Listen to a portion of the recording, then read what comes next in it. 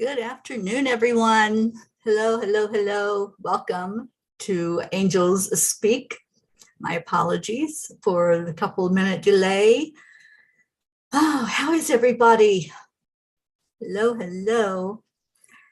This is the show where we learn from the angels. What did they have to say to us today?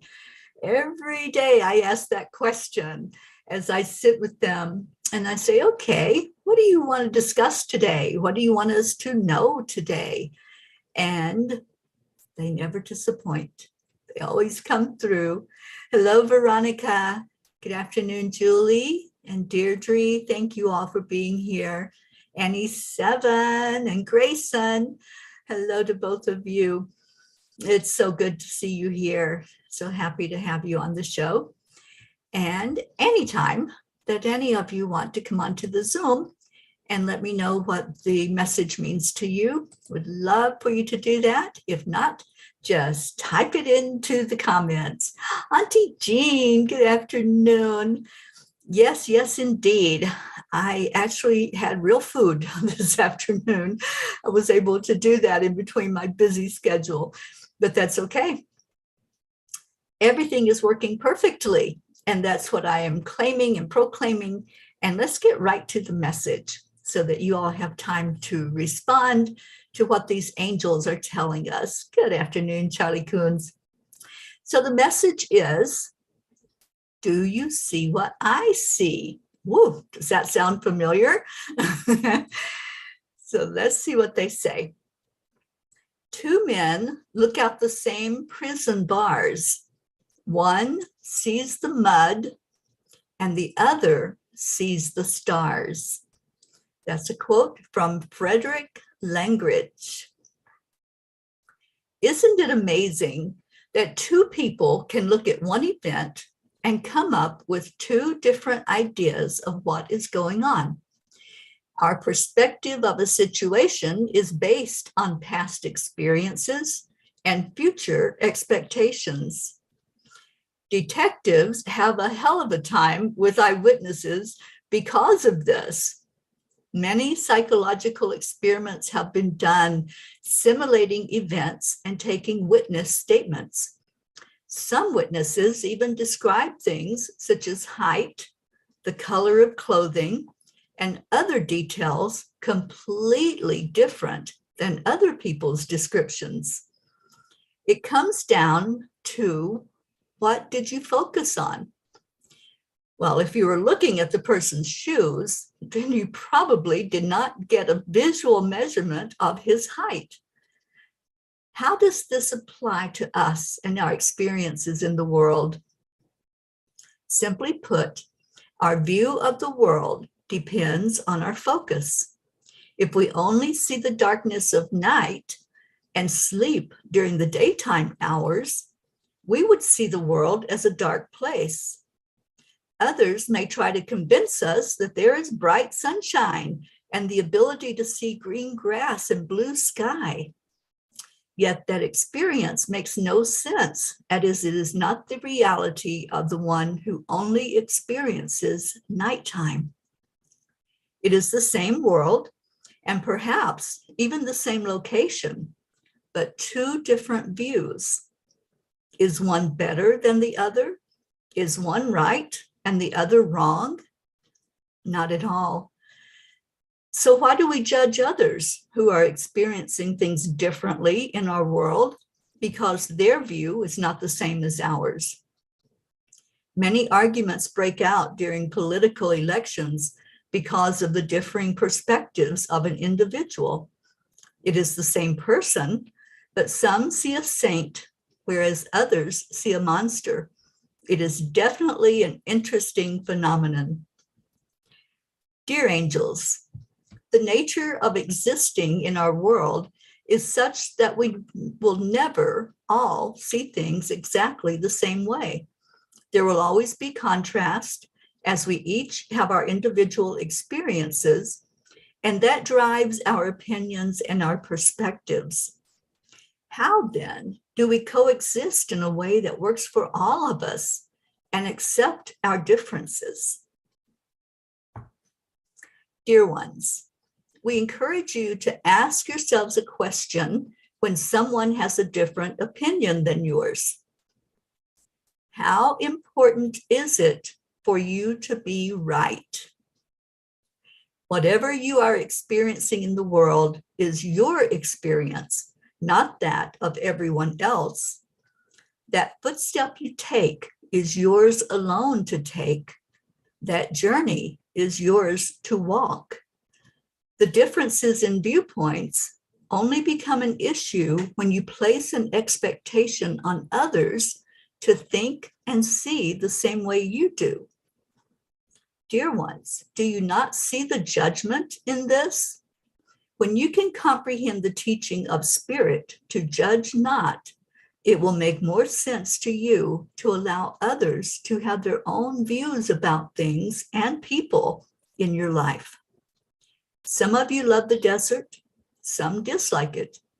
Some see beauty in the mountains, others see it as too heavy and restrictive. Things are neutral until you give them value or discard them as not satisfying you. People are going to act a certain way based on their experiences, their teachings, and their beliefs. These will not always be in sync with your own journey. It does not mean it is wrong or right. It is just a different experience. Do you criticize the bird because it can fly and you cannot? It is two different experiences, yet the same world you exist in. Look at each one living in the world as having their own journey. It is not your place to criticize or judge them. No one put you in charge as the journey police. Everyone must come to terms with the life they are living in the way they live it. The only way for you to coexist peacefully is through acceptance of this and the knowingness that no two experiences are exactly the same. Allow for the fact that there will be differences. It is not up to you to change anyone, nor is it even possible, as all change comes from within, if indeed change is what is deemed necessary. Dear ones, simply love each other with all of your perceived flaws, your different personalities and ideas. Enjoy the variety and the uniqueness of each other. You can see the darkness only, or you can see the bright sunshine. It is truly up to you. Dear angels, thank you. And today, I promise to allow for the differences in others in my world and try to see them as the beautiful soul instead of as an opponent. Once again, it feels like we are just being drummed with that idea of no judgment, just loving each other, accepting each other as we are. We are not going to think the same way as everyone else. That's a given. And once we understand that, once we say, okay, you've got your opinion, I've got mine, you've got your ideas, I've got mine, and we can coexist with having different opinions, agreeing to disagree sometimes, then we can live peacefully, as they say. We can coexist in a world that works for everybody. It's when we start to try to change other people, when we try to convince somebody about our way of doing things or seeing things, that's when the conflict starts. We're always going to have contrast. There's always going to be something that's different than the way we experience it, or we think about it, or we feel about it. So it's the acceptance that's the key here. Accepting each other as we are, not trying to just be dominant with what we want it to be. Sure, we want everything to flow. We want everyone to see beautiful things that we see and appreciate them. But as it was said in the blog, not everybody likes the desert. Not everybody likes the mountains. Not everybody likes the ocean. We are all different, but yet we are all one. And can't we just all get along? That's my everyday wish. Can't we just get along? Can't we stop all the bickering and the fighting and the discord and agree to disagree on things that we really have no control over? Isabel, good afternoon to you. Andrea, hello. And Julie says, sounds wonderful. What a world it would be, wouldn't it? Can you just see that in your mind's eye? Can you just see us all being accepting?